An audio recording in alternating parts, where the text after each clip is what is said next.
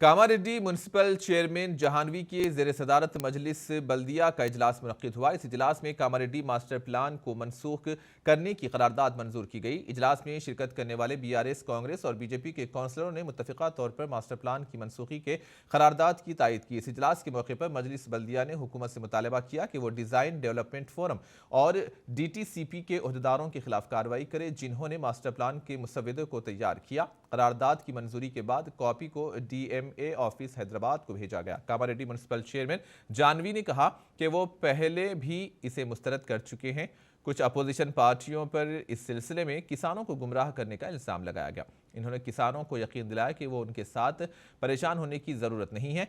हुकूमत किसानों के साथ नाइंसाफ़ी नहीं करेगी। म्यूनसिपल चेयरमैन ने कहा कि किसी भी हालत में मवासियात को इंडस्ट्रियल जोन में शामिल होने नहीं दिया जाएगा। म्यूनसिपल के इजलास में सदर नशीन बल्दिया N जानवी, नायब सदर नशीन बल्दिया G चंद्रशेखर और दीगर ने शिरकत की।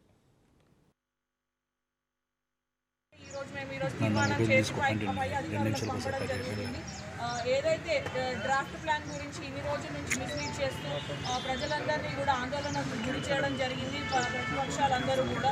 దయచేసి ఇప్పటి నుంచి శాంతంగా ఉండండి. మేము ఎప్పుడు కూడా ప్రజల వెంటనే ఉంటామని తెలియజేస్తున్నాము. ఎవరికి కూడా అన్యాయం అనేది జరగదండి. BRS ప్రభుత్వం ముఖ్యంగా అసలు ఎప్పుడు కూడా రైతుల సంక్షేమం గురించి ఆలోచించే ప్రభుత్వం మనందరికీ తెలిసిందే.